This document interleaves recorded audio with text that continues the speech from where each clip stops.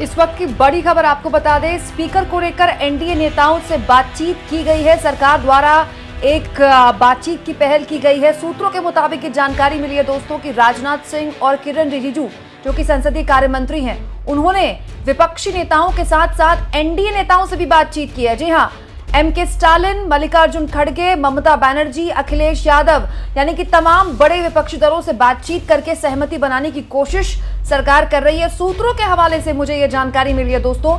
इसके अलावा स्पीकर पर विपक्षी नेताओं की से जो बातचीत है सरकार की, वो की गई है। डिप्टी स्पीकर पर सहमति बनाने की भी कोशिश की गई है, ऐसी जानकारी भी मिली है। तो आप कुल मिलाकर कह सकते हैं कि स्पीकर को लेकर एनडीए के नेताओं से तो बातचीत कर ही रही है सरकार, इसके साथ साथ विपक्षी नेताओं से भी बातचीत करके सहमति बनाने की जोर आजमाइश कोशिश सरकार द्वारा की जा रही है। और जो दो चेहरे ये कोशिश कर रहे हैं दोस्तों, राजनाथ सिंह और किरण रिजिजू, ये दो चेहरे हैं जो कि मॉडरेट चेहरे माने जाते हैं सरकार द्वारा।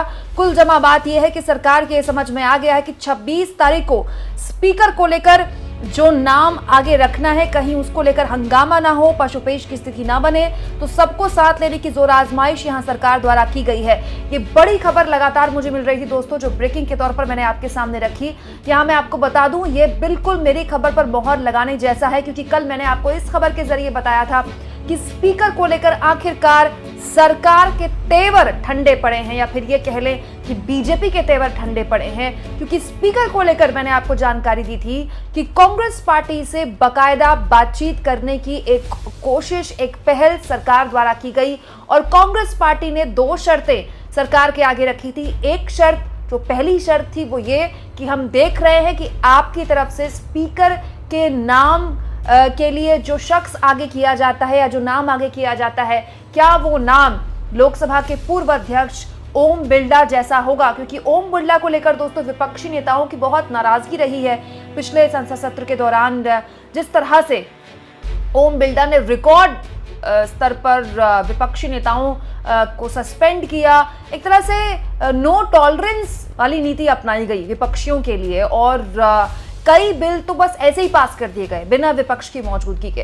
तो विपक्ष को इस बात को लेकर अब आपत्ति है कि अब हमारे पास संख्या बल भी है, अब हमारे पास नंबर्स भी हैं, तो आप किसी भी हाल में ओम बिरला जैसे शख्स को आप आगे नहीं कर सकते। अगर आप चाहते हैं कि संसद सुचारू रूप से चले, तो आपको ओम बिरला के अलावा एक ऐसे नाम को आगे करना पड़ेगा जो सबको साथ लेकर चलने की जोर आजमाइश करता कम से कम दिखाई दे।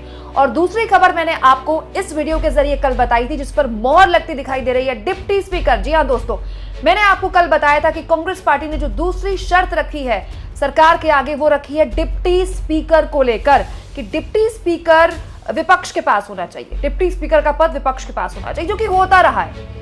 जब भी गठबंधन की सरकारें रही हैं, डिप्टी स्पीकर का पद विपक्ष के पास रहा है। लेकिन पिछले 10 सालों में तो डिप्टी स्पीकर का पद ही नहीं रहा, और उसकी बहुत बड़ी वजह यह भी थी कि विपक्षियों के पास संख्या बल नहीं था, लेकिन एक कर्टसी के तौर पर भी डिप्टी स्पीकर का पद रखा ही नहीं गया। तो डिप्टी स्पीकर का पद अब मुख्य विपक्षी दल, क्योंकि कांग्रेस पार्टी है सबसे बड़ा दल संसद में, बीजेपी के बाद अकेले कांग्रेस पार्टी है, तो कांग्रेस पार्टी ये चाहती है कि डिप्टी स्पीकर का पद हर हाल में विपक्ष के पास रहे। अब ये विपक्ष के पास किस तरह से रखा जाता है डिप्टी स्पीकर का पद, इस पर सबकी निगाहें रहेंगी। क्या ये इंडिया गठबंधन के किसी दल के पास रहेगा? क्योंकि आप देखिए, जो ब्रेकिंग न्यूज मैंने आपको बताई, जो आज सुबह निकल कर आई, वो ये है कि एमके स्टालिन से भी बात की गई है, मल्लिकार्जुन खड़गे से भी बात की गई है, ममता बनर्जी से भी बात की गई है, अखिलेश यादव से भी बात की गई है। दोस्तों याद रखिए, अखिलेश यादव अब संसद के अंदर तीसरा सबसे बड़ा दल है। सबसे बड़ा दल है बीजेपी, उसके बाद कांग्रेस, उसके बाद अखिलेश यादव। तो सोचिए, अखिलेश यादव की एक राजनेता के तौर पर संसद के अंदर मौजूदगी इतनी महत्वपूर्ण है कि न केवल अखिलेश यादव को रीच आउट कर रही है सरकार, बल्कि अखिलेश यादव की पार्टी की तरफ से भी क्या, या फिर इंडिया गठबंधन के किसी पार्टी की तरफ से भी क्या कोई डिप्टी स्पीकर हो सकता है। इसको लेकर हो सकता है कि सरकार ने इंडिया गठबंधन के तमाम नेताओं से बातचीत की हो, ये कहते हुए कि आप अपने आपस में सहमति बना लीजिए कि किसका डिप्टी स्पीकर होगा। सबसे बड़ा जो दल है जिसका अब नेता प्रतिपक्ष होगा, कांग्रेस का ही नेता प्रतिपक्ष होगा, क्योंकि सबसे बड़ा दल वही है। तो क्या कांग्रेस अपना डिप्टी स्पीकर आगे करती है, या फिर इंडिया गठबंधन के पास ये पद जाता है, तो इस पर सबकी निगाहें बनी हुई है। लेकिन मेरी जो खबर है दोस्तों, जो मैंने आपको कल दिखाई थी, इस पर हर तरह से यहाँ पर मोहर लगती दिखाई दे रही है। एक, विपक्ष ये चाहता है कि लोकसभा के पूर्व अध्यक्ष ओम बिरला जैसा किसी नाम को आगे ना किया जाए, एक ऐसे नाम को आगे किया जाए जो सबको साथ लेने की कम से कम जोर आजमाइश करे, कोशिश करे। और डिप्टी स्पीकर को लेकर ऐसा लगता है कि सरकार भी सहमत हो गई है, सरकार भी इस बात पर राजी हो गई है कि चलिए डिप्टी स्पीकर, जो कि पद हमेशा से रहा है, पिछले 10 सालों में नहीं रहा लेकिन इससे पहले रहा है, और वो पद जनरली विपक्ष को जाता है, तो हम डिप्टी स्पीकर का पद आपको देने को तैयार हैं। अब बड़ा सवाल ये है दोस्तों कि राजनाथ सिंह और किरण रिजिजू, इन दो नामों पर जरा गौर फरमाइए। इस पूरे के पूरे जोर आजमाइश में, चाहे एनडीए के नेताओं से बात करनी हो, चाहे विपक्षी नेताओं से बात करनी हो, कहीं भी आपको अमित शाह नहीं दिखाई देंगे।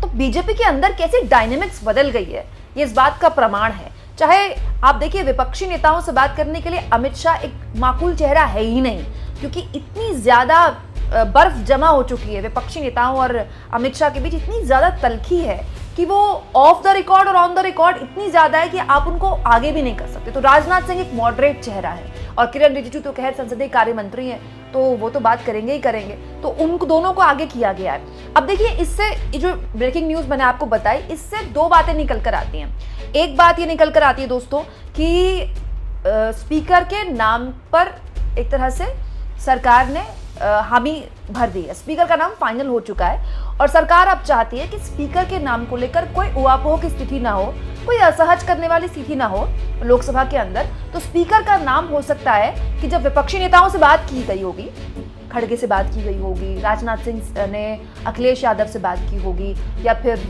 एमके स्टालिन से बात की होगी, ममता बनर्जी से बात की होगी, तो उनको स्पीकर का नाम बता दिया गया होगा कि ये हम इस नाम के आगे हम मोहर लगा रहे हैं, हम चाहते हैं कि आप भी हमारा साथ दें। ऐसा क्यों कर रही है सरकार? ये सरकार जानती है कि 2014 और 2019 वाला मामला नहीं है, संसद के अंदर गिनती, संख्या सब बदल चुकी है, बहुत ज्यादा मजबूत विपक्ष है संसद के अंदर। इससे पहले मैंने आपको कुछ दिन पहले खबर दिखाई थी कि विपक्ष इस बात को लेकर भी विचार कर रहा है कि अगर ओम बिरला जैसा कोई नाम आगे किया जाए तो फिर विपक्ष 26 तारीख को, यानी कि कल होने वाले स्पीकर के चुनाव में अपना कैंडिडेट उतार देगा।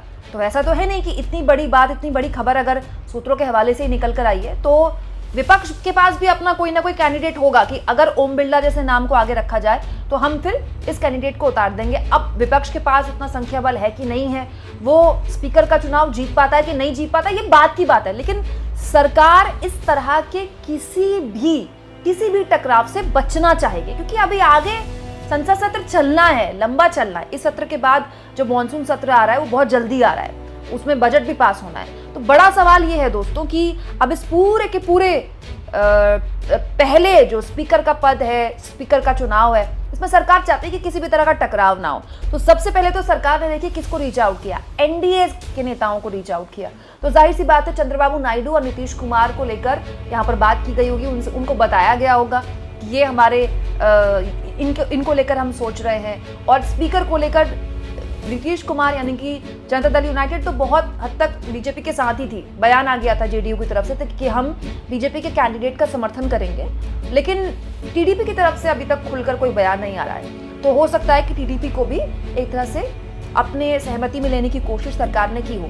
तो सबसे पहले सरकार ने कोशिश की होगी कि एनडीए नेताओं से बात की, और इसीलिए ब्रेकिंग भी सबसे पहले मैंने आपको ये दिखाई कि एनडीए नेताओं से सरकार ने सबसे पहले बात की। इसके बाद सरकार ने किससे बात की? विपक्षी नेताओं से बात की। जहां तक अब तक खबर निकल कर आ रही है, ऐसा लग रहा है कि सरकार ये बात अब समझ रही है कि जो मनमानी और जो रवैया लगातार उसका रहा, जिसको लेकर विपक्ष की काफी शिकायतें रही, अब वो नहीं चलेगा। और अब न केवल अखिलेश यादव, एमके स्टालिन, ममता बनर्जी, खड़गे से बातचीत की गई, बल्कि एनडीए नेताओं से भी बातचीत की गई है। तो ऐसा लगता है कि स्पीकर और डिप्टी स्पीकर दोनों ही पदों को लेकर अब ऐसा लगता नहीं है कि कोई भी विवाद खड़ा होगा, क्योंकि अगर ऐसा होता तो राजनाथ सिंह और किरण रिजिजू बात ही नहीं करते विपक्षी नेताओं से। दोस्तों, आप इस मुद्दे पर क्या सोचते हैं? क्या स्पीकर और डिप्टी स्पीकर को लेकर वाकई में जो पहला पायदान है बिना टकराव के सरकार लोकसभा के अंदर पार कर लेगी? कमेंट बॉक्स में जरूर लिखें, और जितना हो सके चैनल को शेयर करें, सब्सक्राइब करें, और थैंक्स और ज्वाइन के ऑप्शन से अगर आप चाहें तो कुछ आर्थिक मदद भी चैनल की जरूर करें।